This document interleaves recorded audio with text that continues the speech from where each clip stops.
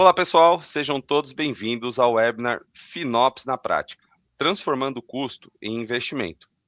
Este assunto, que dificilmente não estará nas pautas e nos temas prioritários das áreas de TI e finanças da sua empresa. Se você, por exemplo, não consegue me dizer o real motivo das suas faturas de cloud service subirem nos últimos meses, eu preciso te dizer a verdade. Talvez você não esteja gerindo sua cloud, e sim reagindo a ela. E reagir normalmente custa caro. Pegando carona nesse pensamento, eu vou começar com uma provocação importante. Hoje, os seus ambientes de cloud services agregam valor para o seu negócio ou você enxerga somente como um custo da operação? Se você enxerga como um custo da operação e não como uma alavanca de negócio, eu preciso te dizer que hoje nós temos temas extremamente relevantes e você está no lugar certo. Para começar, vou falar um pouco dos temas abordados. Então, a faminta GenAI. Vamos falar sobre o aumento das faturas de cloud por conta do alto consumo de GenAI. Fatura caixa preta. Vamos trazer dados de mercado com uma visão de melhores práticas de FinOps. Nós vamos falar também sobre o problema do desperdício invisível, falando sobre previsibilidade de custos e menos desperdício com cloud. A convergência entre CFO e CTO, ou seja, a importante conexão entre as áreas de finanças e TI. Trazendo também o que é FinOps na prática e com exemplos que vão fazer você entender como a gente trabalha aqui na ODS com o conceito de FinOps. Dúvidas comuns e como começar, né? Então, além das dúvidas tradicionais comuns que nós temos sobre o tema, a gente traz a estratégia de como implementar FinOps na sua operação. Para começar o nosso conteúdo, vou me apresentar. Então, meu nome é Jefferson, eu tenho 34 anos, estou atuando há 12 anos no mercado de tecnologia, com foco em software e cloud, sempre na área comercial, atendendo empresas dos mais variados segmentos, como bancos, fintechs, empresas de varejo, hospitais, e sempre com projetos de grande impacto no negócio. Hoje eu estou aqui com o Adam, nosso arquiteto de soluções. Adam, por favor, se apresente.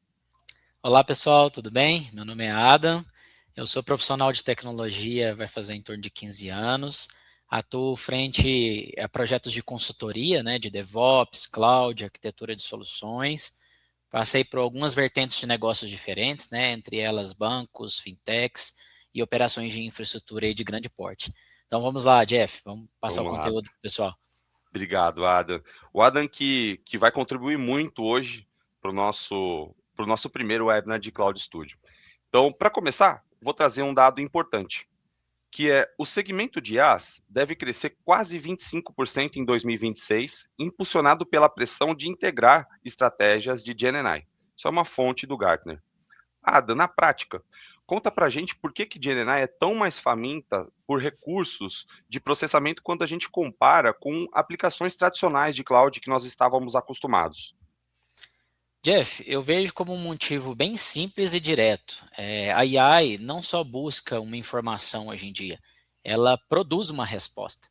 Nas aplicações tradicionais, o custo é mais previsível, né? Você faz uma consulta em banco, você roda uma regra e faz uma entrega. Em GenAI, cada pergunta vira um processo de geração e exige muito mais processamento por solicitação. E esse processamento costuma depender de infraestrutura mais cara, além de consumir mais memória e tráfego dentro da nuvem. Eu entendo que é por isso que puxa o IaaS, né, e eleva os gastos com cloud hoje em dia. Sem dúvida, Adam. E refletindo sobre os seus comentários aqui, eu penso que as empresas que não aplicarem os pilares de FinOps, visando melhor governança de cloud, elas correm grande risco de ver AI devorar a margem de lucro dos projetos antes mesmo deles entrarem em produção. Então, Exatamente. é importante, né, até continuando o nosso raciocínio, eu trouxe mais alguns dados de mercado validados pelo Gartner, tá? 60% das infraestruturas sofrerão com gastos excessivos por falta de governança. Então, além desse dado muito relevante, nós temos outras pesquisas executadas que comprovam que até 2028, 25% das empresas estarão insatisfeitas com nuvem devido a custos fora do controle. Isso também é uma pesquisa executada pelo Gartner. Então, Adam, eu quero dizer com todos esses dados que eles reforçam que isso é um problema atual do nosso mercado e que, de Exatamente, fato, Jeff. governança de TI pode ser a única saída, né? Então, é bom a gente sempre olhar para esses principais pilares e a gente vai abordar bastante aqui o tema de FinOps. Então vamos trazer analogias, vamos trazer algumas informações legais aqui para todos estarem na mesma página.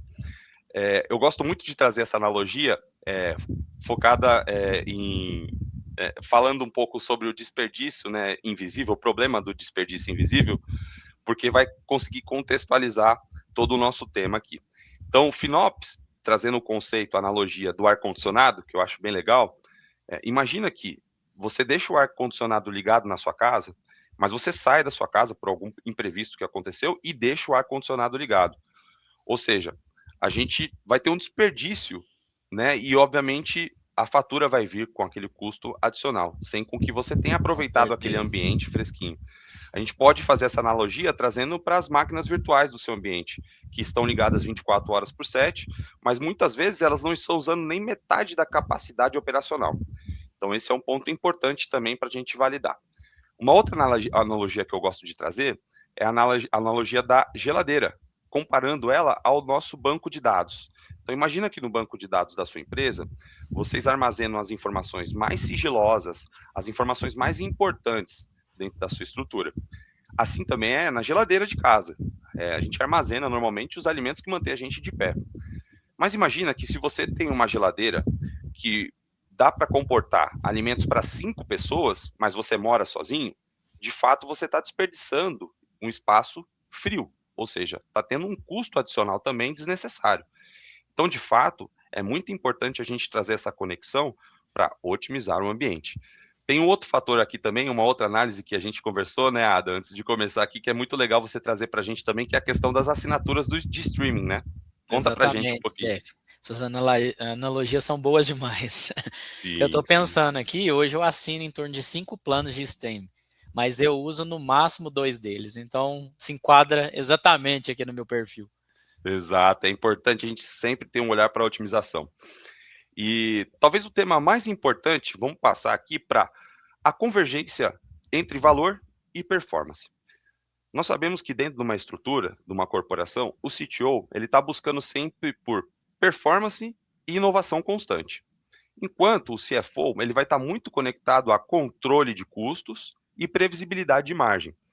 Então a gente sabe que FinOps é a língua comum que vai fazer com que ambos trabalhem juntos por uma operação sustentável.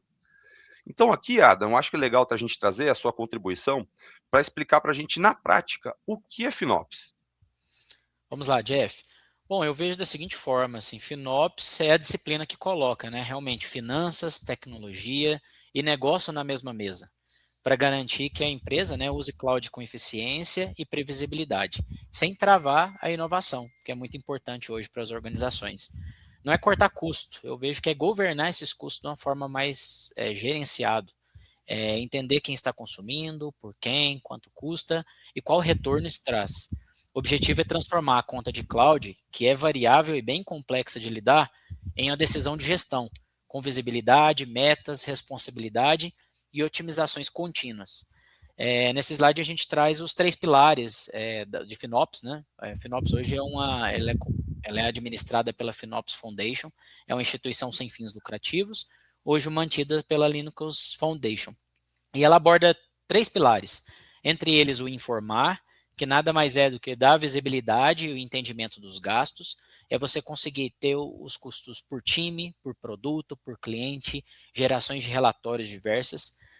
O pilar de otimizar, que é melhorar continuamente a eficiência, que é fazer resizing, desligar servidores ociosos, aplicar desconto quando preciso, trazer uma arquitetura mais eficiente e, o mais importante, a governança de tags. E o terceiro pilar é o operar, que é colocar isso para rodar no dia a dia. Então, nada mais é do que a melhoria contínua sendo aplicada na veia mesmo, o ciclo PDCA. Fantástico, excelente, Adam. Muito obrigado pela contribuição. Então vamos tangibilizar, vamos materializar tudo que a Vamos gente lá. discutiu até agora. Eu acredito que é muito importante trazer 2 casos que são referência aqui na UDS, que um deles é um projeto que nós desenvolvemos para a Sky DirecTV Go. Então nós estamos falando de uma operação de escala gigantesca, onde qualquer ineficiência, qualquer problema em relação a custo, tornaria realmente uma fatura enorme, fora de controle de cloud no final Com do mês. certeza. Então, o desafio aqui era duplo. Nós precisamos pensar em elevar e executar, elevando o nível de segurança da infraestrutura global da Sky Direct Go, mas sem deixar com que o custo disparasse, né, Adam? Então, ou seja, aqui nós Exatamente. aplicamos alguns métodos, mas não olhamos somente para preço, né, Adam? Com certeza, Jeff. Esse caso foi muito interessante para o DS. Nós usamos Synops, onde nós transformamos o custo em variável de negócio. Ou seja, a plataforma crescia com o tráfego e reduzia quando o consumo era baixo. Então, pagando pelo que realmente é usado, né? Foi um case bastante relevante para nós. Muito relevante. Eu gosto de reforçar também um ponto importante. Imagina que eles tinham transações bilhetando por milhão de requisições, ou seja, Com certeza. cada milhão de requisições custava 60 centavos de dólar. Então nós conseguimos trazer uma redução muito impactante para o negócio, ou seja, a gente reduziu 60 vezes o custo dessa transação, que impactou Muito diretamente bom. no negócio. Eles passaram a pagar 1 centavo de dólar, ou seja, muito impactante aí a ação da ODS, um caso extremamente relevante. Um outro caso que eu gosto de comentar muito, que é um verdadeiro caso, um exemplo clássico de FinOps na prática, é o caso da Verocard. Então, antes do projeto de migração ser executado pela ODS, nós tínhamos um custo fixo alto para manter uma infraestrutura que muitas vezes ficava ociosa. Então, ou seja, com a intervenção da ODS, a arquitetura foi desenhada de uma forma inteligente para que acompanhasse a curva de uso. Ou seja, o custo agora acompanha a curva de uso. Se há mais transações, a nuvem expande. E se o consumo cai, o custo também cai. Ou seja, isso é transformar TI de centro de custo em alavanca de lucro. Então, acho muito Legal. legal aqui que nós temos uma página de FAQ, né, Ada? A gente vai trazer aqui algumas perguntas e respostas para esclarecer possíveis dúvidas que surgiram durante o nosso conteúdo. Vamos lá. E, Adam, vou contar com a sua contribuição com as respostas aqui, tá bom? Para os Tá bom, nossos beleza. telespectadores entenderem a fundo aqui todas as ideias de FinOps. Então, minha cloud já é complexa demais. Colocar FinOps não vai criar um gargalo no deploy dos meus desenvolvedores? Ótima pergunta, né? Muito boa pergunta. Bom, eu entendo que sim, o FinOps não deve ser um pedágio, né? Mas sim uma baliza. A ideia é automatizar políticas de custo, né? Como o desligamento automático de ambientes de sandbox, ambiente de desenvolvimento, para que o desenvolvedor tenha autonomia dentro de um orçamento pré-aprovado, sem precisar pedir permissão para cada recurso, né, implantado. Perfeito, Adam. A segunda pergunta que nós temos aqui é: a GenAI é imprevisível por natureza. Como vou dar previsibilidade de custo para o CFO se não sei quantas perguntas os usuários farão? Boa pergunta também, só pergunta boa. A gestão aqui acho que é migrar a infraestrutura para um limite de uso, né, de cotas. É preciso implementar camadas de governança, né, para monitorar os custos por token ou por requisição em tempo real. Se o custo fugir do controle, o sistema deve priorizar filas ou limitar usuários, transformando a fome, né, do GenAI em uma variável de negócio gerenciado. Perfeito, Adam. Essa terceira pergunta, ela é um pouco mais tradicional, eu gosto muito dela. Já temos as ferramentas nativas, por exemplo, o AWS Cost Explorer. Uhum. Por que gastaria com uma consultoria? Boa. Bom, eu vejo assim, realmente temos, né, ferramentas nativas, a qual mostram o que você gastou, mas não explicam o porquê técnico relacionado ao negócio, né? O FinOps traz a camada de inteligência, ele conecta o gasto de US$ 10.000 ao produto X ou ao cliente Y, permitindo decidir se aquele custo traz retorno ou é apenas um desperdício de uma arquitetura mal desenhada. Eu vejo dessa forma. Perfeito, perfeito, Adam. Vamos para a quarta aqui. O time de finanças não entende nada de arquitetura em nuvem. Como podemos sentar na mesma mesa se falamos línguas diferentes? Ótimo ponto. Boa, boa. O papel do FinOps aqui, Jeff, é justamente traduzir, né, instâncias e latência para margem e ROI.